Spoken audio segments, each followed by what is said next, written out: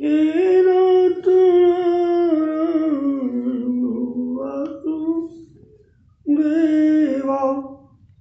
बार उत्तम शिकार करने के लिए वन में गया।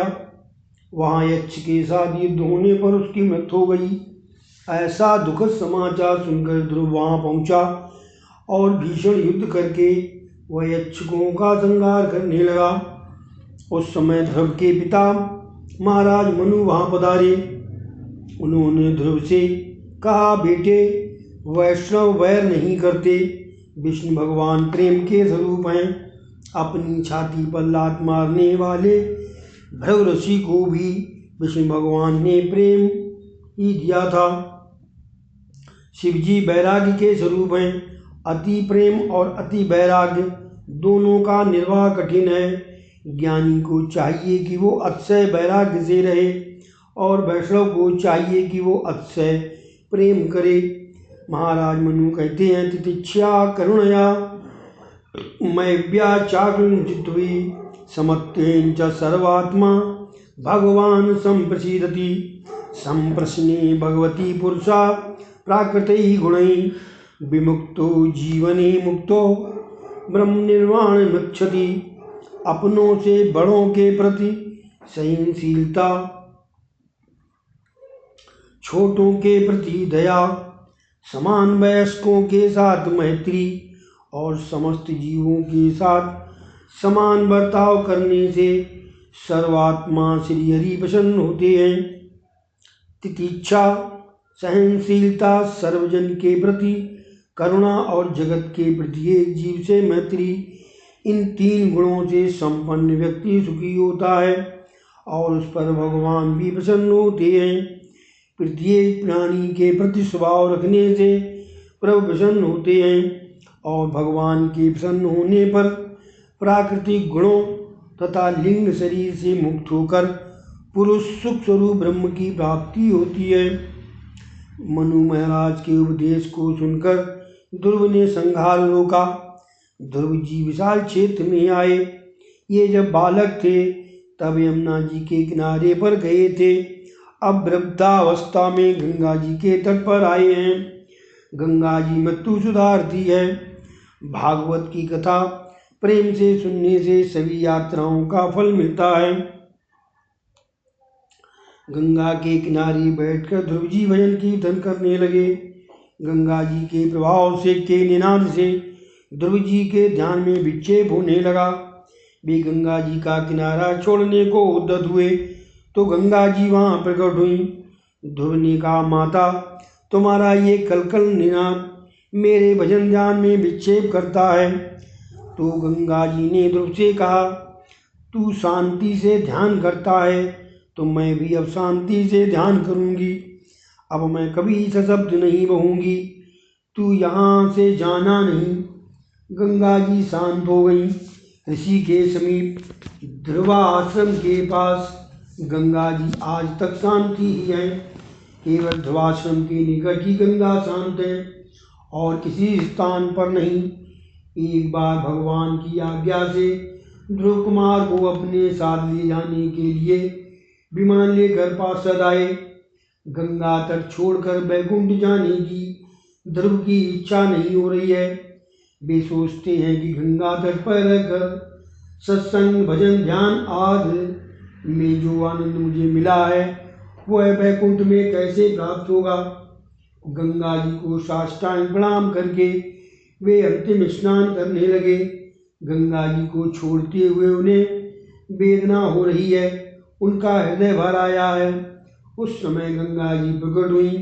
ध्रुव ने कहा, भगवान की आज्ञा के कारण मैं तुम्हें छोड़कर बैकुंठ जा रहा हूँ। तुम्हारी तट पर जैसा आनंद मिला है वैसा तो वहाँ बैकुंठ में कैसे मिलेगा। ये सुनकर गंगा जी ने प्यार से कहा, ये तो मेरा भौतिक स्वरूप है। बैकुंठ में मैं आदि भौतिक स्वरूप से रहती हूँ। ध्रुव जी ने गंगा जी को प्रणाम किया। सभी की वंदना करके ध्रुव जी बैकुंठ गए। वे विनय की मूर्ति हैं। ध्रुव के समीप आकर मृत्युदेव ने सिर नवाया तो ध्रुव ने उनके मस्तक पर एक पैर रखकर दूसरा पैर विमान में रखा। विमान में बैठकर भगवान के धाम में गए। ध्रुव के वैकुंठ गमन से सभी को आनंद हुआ। नारद जी कुछ अप्रसन्न से हैं। वे सोचते हैं कि मृत्युदेव के सिर पर पांव रखकर विमान में बैठकर मेरा शिष्य वैकुंठ में पहुंच गया। मेरा शिष्य मुझसे भी आगे निकल गया। उसे लेने के लिए वैकुंठ देव विमान आया और मुझे तो अब भी संसार में भटकना पड़ रहा है। ये बात सिद्ध करती है कि बहुत कथा करने से भी परमात्मा की प्राप्ति नहीं होती। ध्यान के बिना, प्रभु दर्शन के बिना शांति नहीं मिलती। एकांत में बैठकर ध्यान करने की आवश्यकता है। प्रभु के लाडले भक्त मृत्यु अर्थात काल के मस्तक पर पैर रखकर वैकुंठ में जाते हैं। भागवत के चौथे स्कंद के 12वें अध्याय के 30वें श्लोक में स्पष्ट कहा गया है कि मृत्यु के सिर पर पांव रखकर ध्रुव जी विमान में बैठे थे। मृत्यो मुग्नि पदम दत्वा आरोहम अद्भुतम ग्रहम। भगवान के भक्त मृत्यु से नहीं डरते। मनुष्य निर्भय नहीं बन पाता है क्योंकि वह ईश्वर का नहीं होता है। जो ईश्वर की शरण में गया है वो निश्चिंत बनता है, निर्भय बनता है। सुतीक्ष्ण ऋषि मानस में कहते हैं, मेरा अभिमान प्रतिदिन बुद्धगत हो। कौन सा अभिमान? मैं भगवान का हूँ और भगवान मेरे हैं, ऐसा अभिमान। अस्य अभिमान जाहि जिन भोरे, मैं सेवक रघुपति पति मोरे। जो भगवान का आश्रय ग्रहण करता है वह निर्भय बनता है। उसे काल का भय नहीं सता सकता। काल तो परमात्मा का दूत है। काल के काल परमात्मा की शरण में जाने के पश्चात काल भी क्या बिगाड़ सकता है। ध्रुव अर्थार्थी भक्त हैं। ध्रुव ने भगवान की शरणागत स्वीकार की तो भगवान ने उनको दर्शन दिए, राज्य दिया और अंत में वैकुंठ धाम भी दिया। ये है भगवान की अनन्य शरणागत का फल। ध्रुव का दृष्टांत बताता है कि अटल निश्चय से कठिनतम कार्य भी सिद्ध होता है, किंतु ये निश्चय कैसा होना चाहिए। देहम बापातियाम कार्यवा साध्याम। सिद्ध करूँगा और नहीं तो दे त्याग करूँगा। समझे? देहम बापातियाम कार्यम वा साध्याम। ये दो कार्य को सिद्ध करूँगा, नहीं तो देह त्याग करूँगा। ये दृष्टांत ये बताता है कि बाल्यावस्था से ही जो भगवान की भक्ति करता है उसे ही वे मिल पाते हैं। वृद्धावस्था में भजन ध्यान करने वाले का अगला जन्म सुधरता है। वृद्धावस्था में हमारे यहाँ वृद्धावस्था में भजन ध्यान करने वाले का अगला जन्म सुधरता है। करीर भाई ने भी अपने दृष्टांत में कहा है, वृद्धावस्था में भजन ध्यान करने वाले का अगला जन्म सुधरता है। कि इसी जन्म में भगवान को प्राप्त करना है तो बाल्यावस्था से ही भक्ति की जानी चाहिए। बाल्यावस्था के अच्छे संस्कार नष्ट नहीं होते। सुनीत की भांति तुम भी अपने बालकों में बचपन से ही धार्मिक संस्कारों का सिंचन करो। ध्रुव चरित्र की समाप्ति करते हुए मैत्रेय जी ने कहा, नारायण सरोवर के किनारे नारद जी तप कर रहे थे। वहां प्रचेताओं का मिलन हुआ। विदुर जी ने पूछा, ये प्रचेता कौन थे, किसके पुत्र थे? विस्तार से सब कुछ बताइए। मैत्रेय जी विदुर को और सुखदेव जी परीक्षित राजा को कथा सुना रहे हैं। ध्रुव जी के ही वंशज थे प्रचेता। ध्रुव जी के वंश में एक राजा हुआ था अंग।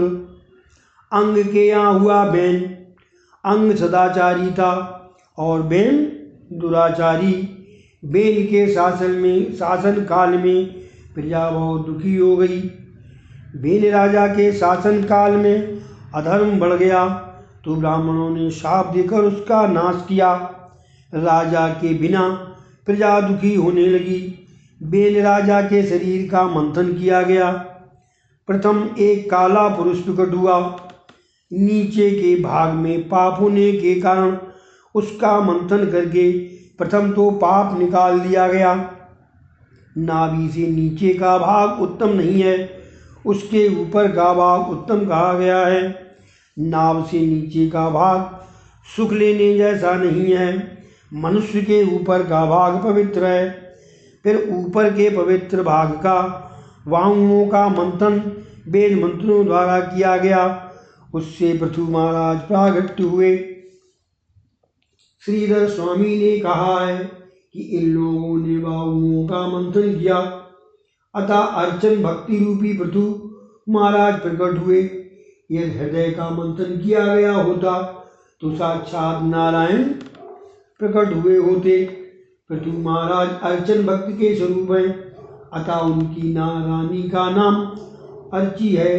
अर्चन भक्ति में पृथु श्रेष्ठ हैं। वे नित्य महाअभिषेक करते थे, अतः उनके शासन काल में प्रजा सुखी हुई। उन्होंने अश्वमेध यज्ञ भी किया। इस यज्ञ में अश्व को बंधन रहित करके उसकी इच्छा अनुसार घुमाया जाता है। यदि अश्व कहीं बांधा न जाए तो यज्ञ में उसका बलिदान किया जाता है। अश्व वासना का स्वरूप है। यदि वह किसी विषय के बंधन में फंसे तो आत्मस्वरूप में लीन होता है। यदि वासना किसी विषय के बंधन में फंस जाए तो विवेक से युद्ध करके उसे शुद्ध करना होता है। पृथु के इस अश्वमेध यज्ञ में इंद्र ने बाधा उपस्थित की। वे उस अश्व को ले गए। उस यज्ञ में अत्रि महाराज बैठे हुए थे। पृथु का पुत्र थोड़ा वापस ले आया। पृथु का पुत्र घोड़ा वापस ले आया।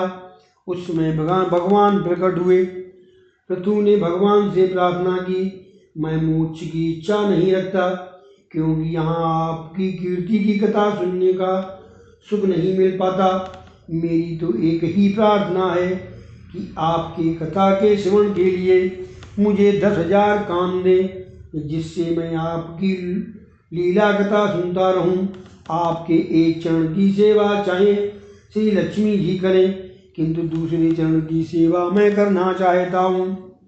पृथु राजा ने धर्मानुसार प्रजा का पालन किया और पृथ्वी में समाहित कई प्रकार के रसों का युक्त पूर्वक दोहन किया। उन्होंने अपनी प्रजा को बार बार धार्मिक शिक्षा दी। वे चाहते थे कि उनकी प्रजा धर्म की मर्यादाओं का पालन करे। पृथु महाराज गाय तथा ब्राह्मणों का पालन करते थे। गाय घास खाकर दूध देती है। साधारण भिक्षा से जीवन निर्वाह करके सभी को ज्ञान दान करता है। गाय और ब्राह्मण के संतुष्ट होने पर प्रजा को शक्ति और ज्ञान मिलती है और प्रजा सुखी होती है। आजकल के राज्यकर्ता ऐसा सोचें तो प्रजा सुखी हो सकती है। जब संपत्ति की अपेक्षा अच्छे संस्कार और धर्म की आवश्यकता अधिक महसूस होगी और बुद्धि गति होगी, तभी देश सुखी होगा। पृथु महाराज एक बार रानी अर्ची के साथ बैठे हुए थे कि वहाँ सनत कुमार आए। उनके सत्संग से राजा को वैराग्य उत्पन्न हुआ। वे अर्ची के साथ वन में गए। पृथु महाराज स्वर्ग चले गए। सनत कुमारों के उपदेश से उन्होंने वनवास लिया। प्राचीन काल में तो राजा भी राज त्याग करके वन में बसकर प्रभु भजन करते थे, किंतु इस अर्थ और भोग प्रदान काल में वनवास करने की इच्छा किसी को होती ही नहीं है। फिर सुख शांति मिले तो कैसे मिले। पृथु के पश्चात उनका पुत्र विजिदा अश्व राजा बना। वे 3 बंधु थे, हर्यक्ष, धर्मकेश और व्रत। इसके पश्चात अंतर ध्यान के यहाँ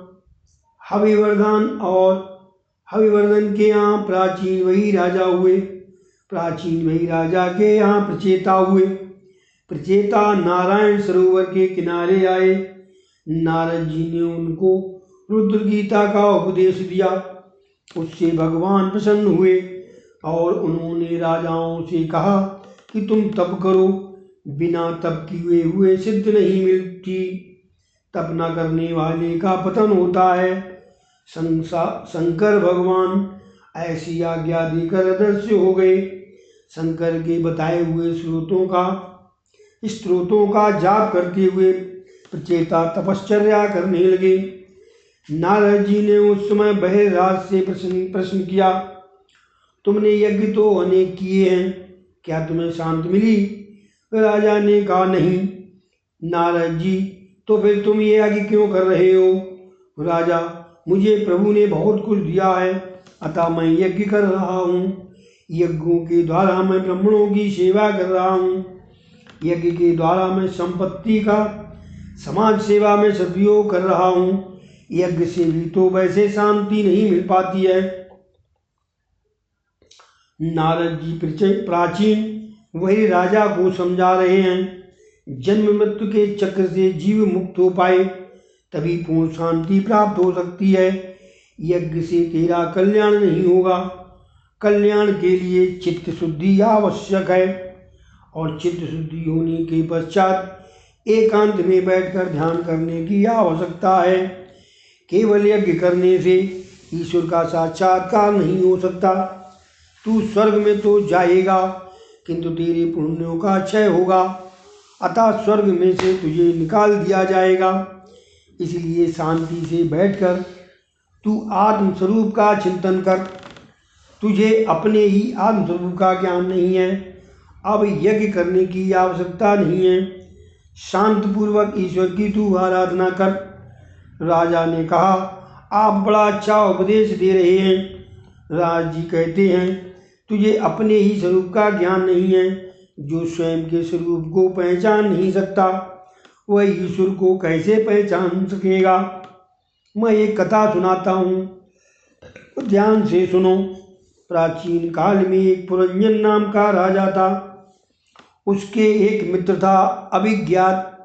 पुरंजन को सुखी करने के लिए अभिज्ञात हमेशा प्रयत्नशील रहता था। फिर भी अपने प्रयत्न की उसे भनक भी ना पड़े, उसका भी वह ध्यान रखता था।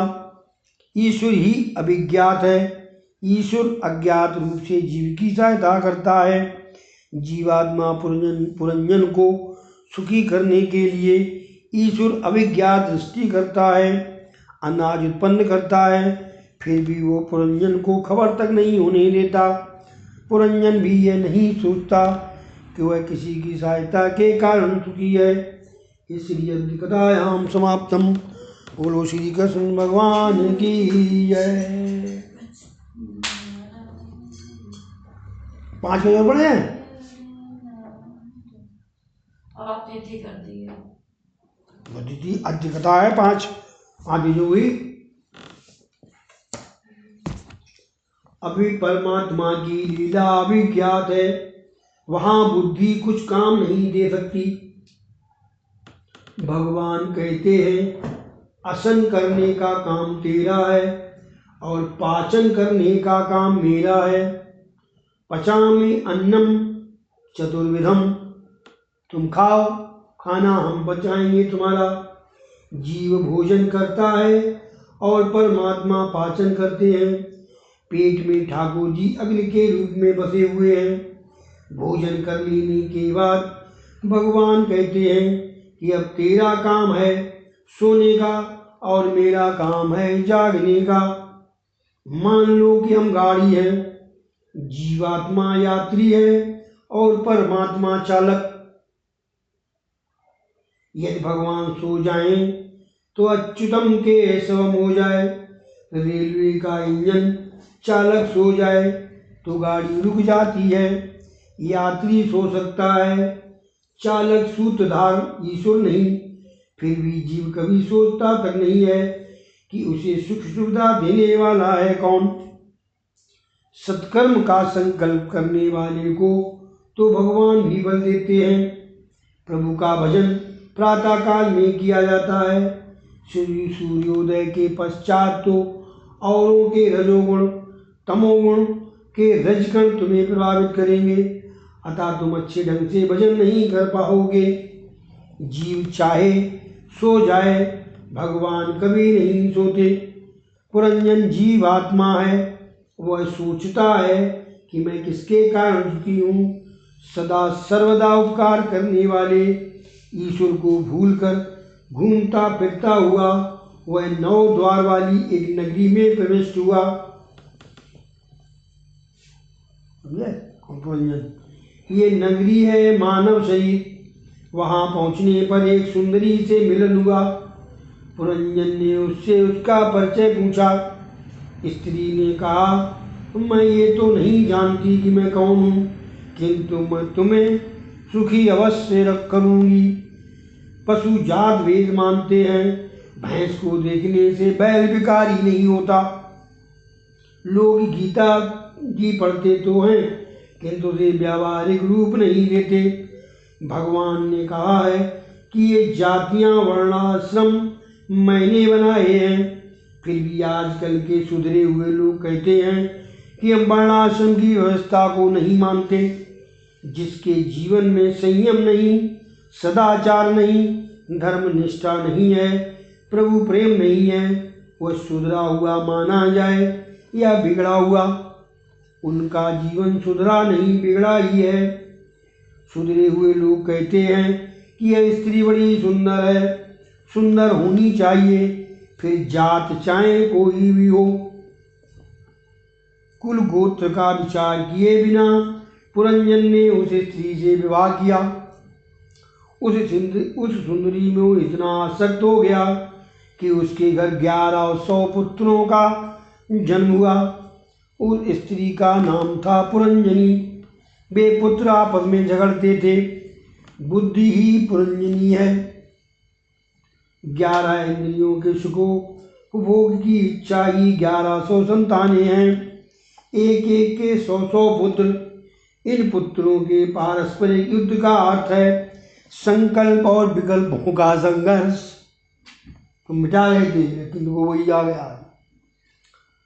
इन पुत्रों के पारस्परिक युद्धों का अर्थ है संकल्प विकल्पों का संघर्ष। एक विचार उत्पन्न हुआ नहीं कि दूसरे उसे दबोचने दौड़ता है। 11 इंद्रियों में एक जीव फंस गया है। पंच प्राण शरीर की रक्षा करते हैं। इंद्रिय सुख उपभोग के संकल्प विकल्प ही 1100 संतानें हैं। संकल्प विकल्प से जीव बंधन में पड़ता है। बुद्धि गति संकल्प विकल्प जीवात्मा को रुलाते हैं। कई वर्षों तक पुरंजन ने इस प्रकार सुख उपभोग किया। कालदेव मृत्यु की पुत्री जरा के साथ विवाह करने की इच्छा कोई नहीं करता। पुरंजन की अनिच्छा होते हुए भी जरा ने उससे विवाह कर ही लिया। जरा माने बुढ़ापा। जो भोग का सुख लुटता है उसी जरा से अर्थात वृद्धावस्था से विवाह करना ही पड़ता है। हमेशा याद रखो, कभी न कभी वृद्धावस्था तो आएगी ही। जवानी अर्थात यौवन तो जाएगा ही। योगी कभी वृद्धावस्था नहीं पाता। फिर एक रोज मृत्यु का सेवक प्रज्वर आया। प्रज्वर है अंतकाल का ज्वर। स्त्री में अतिशय आसक्त रहने वाले पुरंजन ने अंतकाल में भी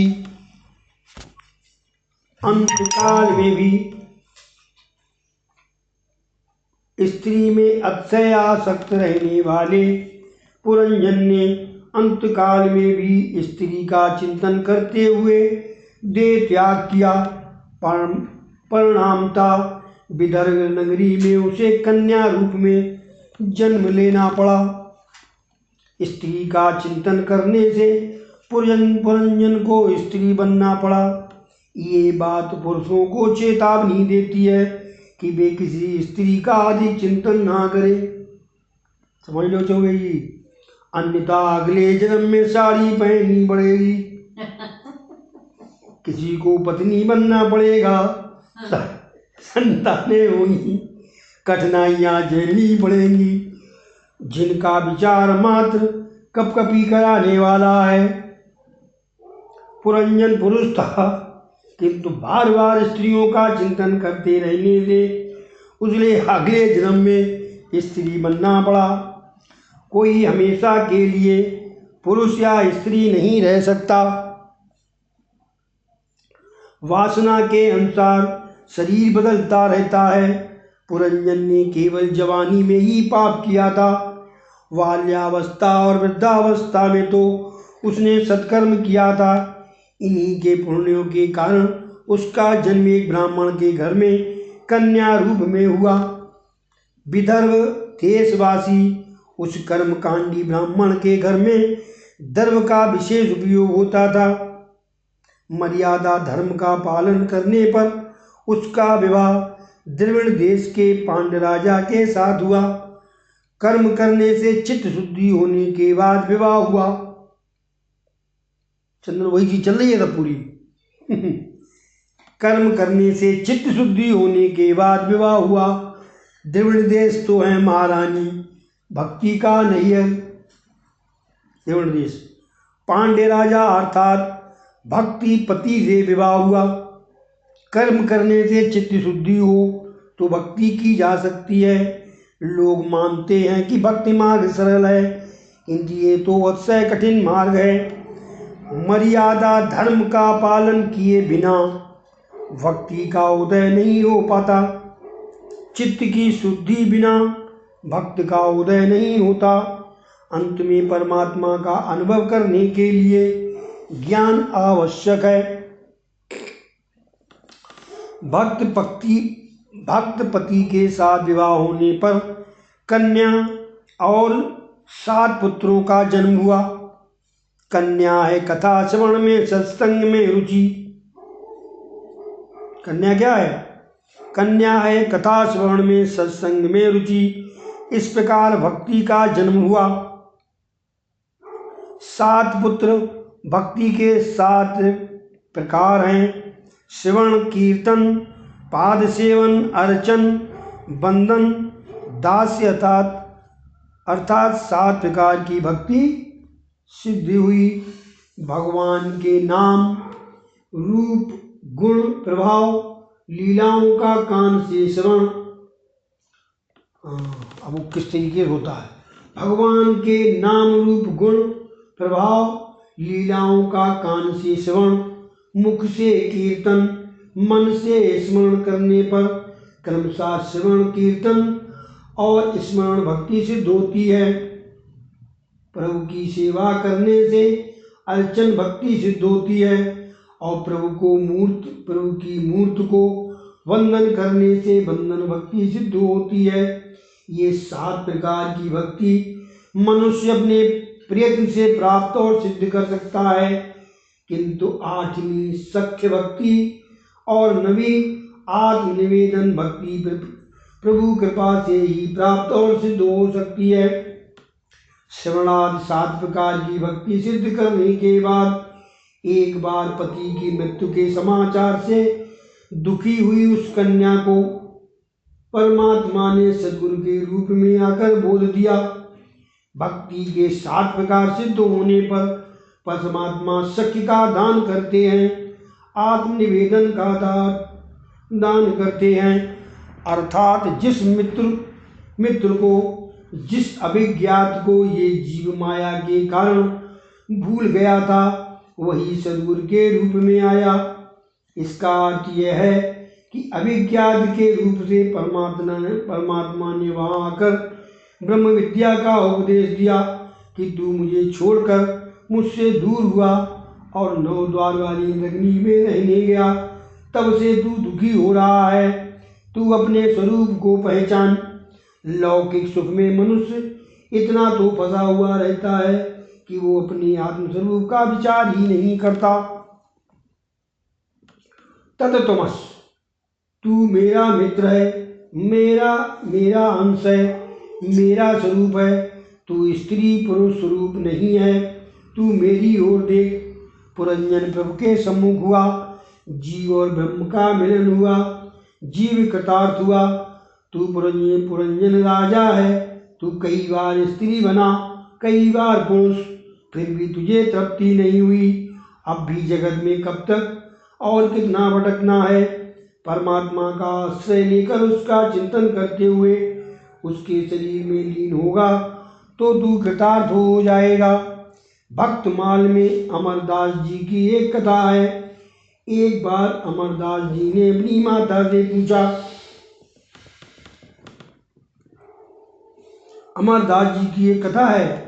एक बार अमरदास जी ने अपनी माता से पूछा, माता मैं तेरे विवाह के समय कहाँ था?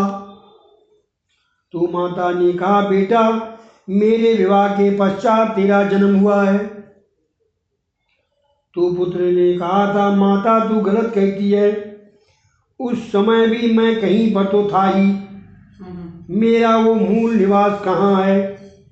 हमारी ये बुद्धि जानती है कि हमारा मूल निवास स्थान कहाँ है, अतः जीव जगत में भटकता फिरता है। नारद जी ने प्राचीन वही राजा को पुरंजन का आख्यान कह सुनाया। ऋषियों ने प्राचीन वह राजा को पुरंजन का आख्यान कह सुनाया। विषयों में जीव ऐसा फंसा हुआ है कि वो सोचता तक नहीं कि वह कौन है। फिर ये परमात्मा को तो पहचान ही कैसे सकेगा? अपने को जो पहचान नहीं पाता वो भगवान को कैसे पहचान सकेगा? इस तरह जीवात्मा की कथा सुनकर प्राचीन वह राजा को आनंद हुआ और वह बोला, मैं अब कृतार्थ हो गया, मैं मात्र यज्ञ नहीं करता रहूँगा। वे अब भगवत चिंतन करते हुए भगवान में लीन हो गए। कथा मनुष्य को उसके दोषों से परिचित कराती है और मुक्त भी कराती है। पूर्व जन्म का प्रारब्ध तो झेलना और ऐसा प्रयत्न करना कि नया प्रारब्ध उत्पन्न ही ना हो। ऐसा पवित्र और सादगी भरा जीवन जियो कि जन्म मृत्यु के चक्र से मुक्ति प्राप्त हो जाए। आत्मा परमात्मा का अंश है। जीवात्मा देह से भिन्न है। जीवात्मा न तो ब्राह्मण है और न तो वैश्य और न पुरुष न स्त्री। आत्म स्वरूप का ज्ञान हो जाए और देह का विस्मरण हो जाए तो मनुष्य को जीते जी मुक्ति प्राप्त होती है। जगत नहीं है ऐसा बोध तो मनुष्य को होता है, किंतु अपने स्वयं के अन्य अस्तित्व का बोध उसे नहीं हो पाता। अहम का विस्मरण नहीं होता। 10,000 वर्षों तक प्रचेताओं ने नारायण सरोवर के किनारे जप किया, तभी उनके समक्ष नारायण प्रकट हुए थे। जप से मन की शुद्धि होती है। जप के बिना जीवन नहीं सुधरता। रामदास स्वामी ने अनुभव से दास बोध में लिखा है कि 13 करोड़ जप करने से ईश्वर के साक्षात दर्शन होते हैं।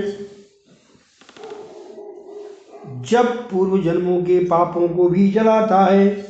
जप का फल तत्काल न मिल पाए तो मानो कि पूर्व जन्म के पाप अभी तक बाकी हैं, जिनका अभी नाश होना है।